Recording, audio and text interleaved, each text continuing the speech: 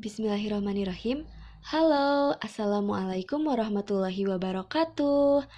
Hari ini kita akan belajar mengenai tema 6, panas dan perpindahannya, subtema 3, pengaruh kalor terhadap kehidupan, materi tematik, muatan bahasa Indonesia, dan SBDP, bersama Ibu Risna. Sebelumnya, pastikan kalian menyiapkan buku paket dan alat tulis lainnya ya. Pembelajaran tematik muatan bahasa Indonesia kompetensi dasar 3.3 dan 4.3. Hai, apakah kalian tahu apa itu teks eksplanasi? Apakah kalian pernah membaca teks eksplanasi? Apa saja isi dalam teks eksplanasi itu? Untuk mempelajari lebih jauh, mari kita mengenal teks eksplanasi.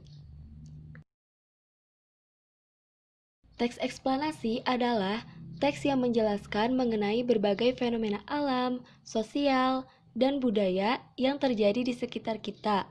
Struktur teks eksplanasi terbagi menjadi 3, yaitu pernyataan umum, deretan penjelas, dan penutup. Nah, berikut ini akan dijelaskan struktur dari teks eksplanasi. Yang pertama ada pernyataan umum. Pernyataan umum berisi tentang penyampaian topik atau permasalahan yang menerangkan proses kenapa serta bagaimana suatu fenomena bisa terjadi. Yang kedua, ada deretan penjelas. Deretan penjelas berisi tentang urutan proses terjadinya sebuah fenomena. Dan yang terakhir ada penutup. Penutup berisi mengenai penegasan atau kesimpulan. Nah, adapun langkah-langkah meringkas teks eksplanasi yang pertama, membaca keseluruhan teks. Yang kedua, mencari gagasan utama. Yang ketiga, membuat kerangka teks. Dan yang keempat, merevisi sesuai kaidah PUEBI atau Pedoman Umum Ejaan Bahasa Indonesia. Nah, selanjutnya kita akan meringkas suatu teks eksplanasi yang dalam hal ini teks yang berjudul Roda Pengubah Wajah Dunia. Nah, langkah-langkahnya seperti yang telah dijelaskan sebelumnya. Nah, langsung saja kita mulai untuk membacanya.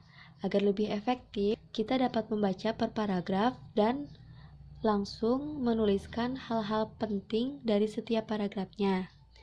Nah, untuk paragraf yang pertama, perhatikan semua benda di sekeliling kita. Adakah yang memiliki roda? Banyak sekali mesin, peralatan, alat transportasi, dan benda buatan manusia menggunakan roda.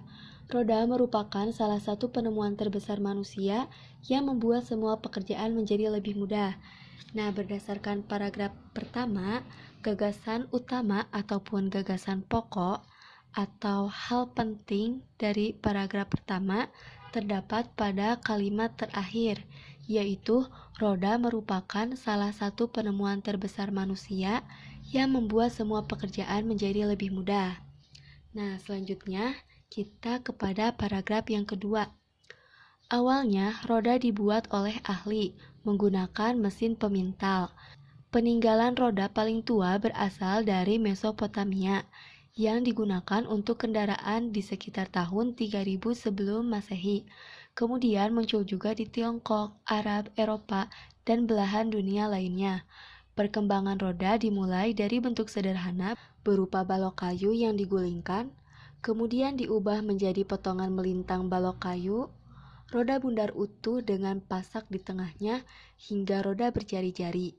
Bagian tengah roda kemudian juga diganti besi sehingga roda menjadi semakin kuat. Nah, pada paragraf 2 ini gagasan pokoknya terdapat pada kalimat kedua yang isinya perkembangan roda dimulai dari bentuk sederhana berupa balok kayu yang digulingkan, kemudian diubah menjadi potongan melintang balok kayu, roda bundar utuh dengan pasak di tengahnya, hingga roda berjari-jari. Nah, selanjutnya pada paragraf ketiga, seiring dengan perkembangan zaman, roda terus mengalami perbaikan. Charles Goodyear pada tahun 1839 berhasil menciptakan ban yang terbuat dari karet yang lebih tahan goncangan dan lebih kuat terhadap gesekan permukaan jalan. Pada tahun 1845, Thomson dan Dunlop kemudian menciptakan ban yang berisi udara. Pada perkembangannya, saat ini roda mempunyai banyak ukuran dan jenis. Ada yang terbuat dari besi, kayu, karet, atau gabungan dari beberapa jenis bahan yang disesuaikan dengan fungsinya. Nah, pada paragraf ketiga ini, gagasan pokok ataupun gagasan utamanya terdapat pada kalimat ketiga, yang isinya pada perkembangannya saat ini roda mempunyai banyak ukuran dan jenis. Ada yang terbuat dari besi, kayu, karet, atau gabungan dari beberapa jenis bahan yang disesuaikan dengan fungsinya. Nah, selanjutnya untuk paragraf yang terakhir atau paragraf yang keempat, berkat penemuan roda, menempuh jarak antar tempat di berbagai belahan dunia menjadi lebih mudah dan lebih cepat. Pengaruh roda sangat terasa terhadap perkembangan ekonomi masyarakat dunia, karena pendistribusian barang-barang perdagangan menjadi lebih cepat dan mudah. Tanpa roda, tentunya kehidupan manusia akan menjadi sangat sulit. Nah, pada paragraf keempat ini, gagasan pokok atau gagasan utamanya terdapat pada kalimat kedua. Pengaruh roda sangat terasa terhadap perkembangan ekonomi masyarakat dunia, karena pendistribusian barang-barang perdagangan menjadi lebih cepat dan mudah.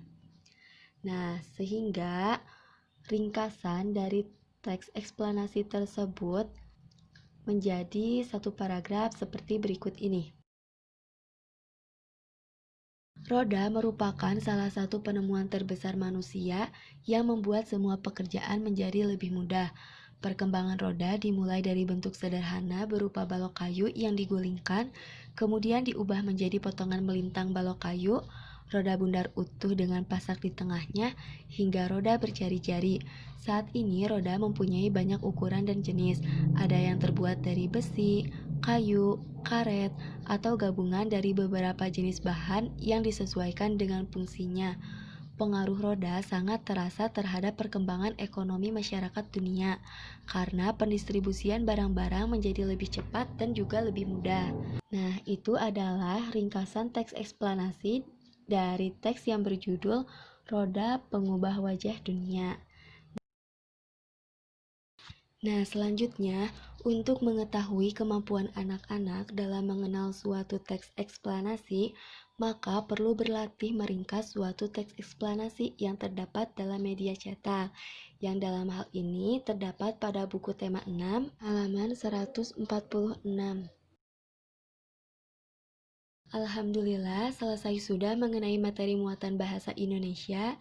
Selanjutnya, akan membahas mengenai muatan seni budaya dan prakarya atau SBDP pada kompetensi dasar 3.1 dan 4.1. Nah, mari kita mengenal gambar cerita.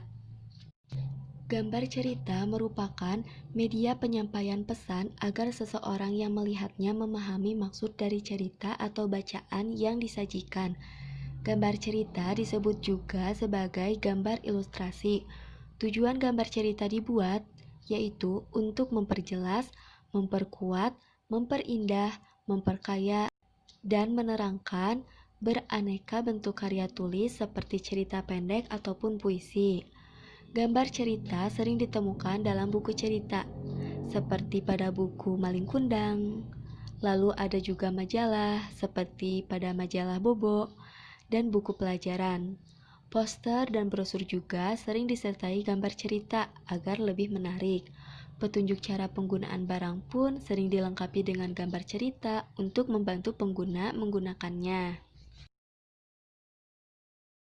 Nah, selanjutnya ada fungsi dari gambar cerita. Yang pertama, memperjelas alur atau isi cerita, menarik perhatian, menambah nilai artistik atau keindahan, memperjelas isi pesan dalam promosi suatu barang, dan sebagai sarana untuk mengungkapkan perasaan penggambarnya. Nah, dalam gambar cerita, biasanya terdapat dalam dua media, yaitu media kering dan media basah. Nah, dalam media kering biasanya digunakan teknik arsir. Teknik arsir dibuat dengan menorehkan pensil, spidol, atau alat lain berupa garis-garis berulang yang menimbulkan kesan gelap terang dan kesan adanya dimensi.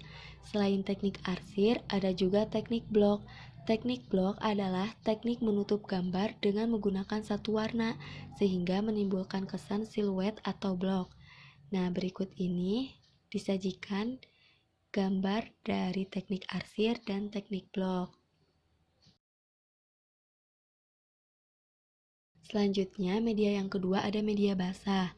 Dalam media basah, biasanya memerlukan kuas untuk mengaplikasikan cat, baik cat air maupun cat poster. Teknik sapuan basah menggunakan bahan dengan campuran air di atas kertas. Nah, berikut ini gambar cerita melalui media basah. Nah, selanjutnya perhatikan gambar cerita di samping. Nah, gambar cerita tersebut diambil dari salah satu buku mata pelajaran di kelas 4.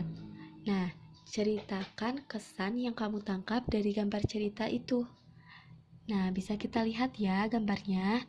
Gambar ini menceritakan gambar seorang guru yang sedang berdiskusi dengan 6 siswanya tentang cita-cita mereka. Buku ini merupakan buku kegiatan belajar siswa. Nah, bisa ya untuk menceritakan kesan dari suatu gambar cerita. Nah, ini ada latihan mandiri yang terdapat juga pada buku paket pada halaman 153. Nah, anak-anak bisa menuliskan kesan dari gambar itu di buku catatan masing-masing. Nah, selanjutnya, anak-anak membuat gambar cerita yang sesuai dengan teks eksplanasi yang berjudul Sejarah Termos pada buku tema 6 halaman 146. Nah, anak-anak bisa menggunakan media kering ataupun media basah yang telah dijelaskan oleh ibu tadi. Nah, untuk pengumpulan tugas-tugasnya bisa dikirimkan melalui personal chat yang dikirimkan kepada ibu ya. Nah, sekian pembelajaran kali ini. Terima kasih, sampai jumpa di pembelajaran berikutnya. Dan tetap semangat ya. Wassalamualaikum warahmatullahi wabarakatuh.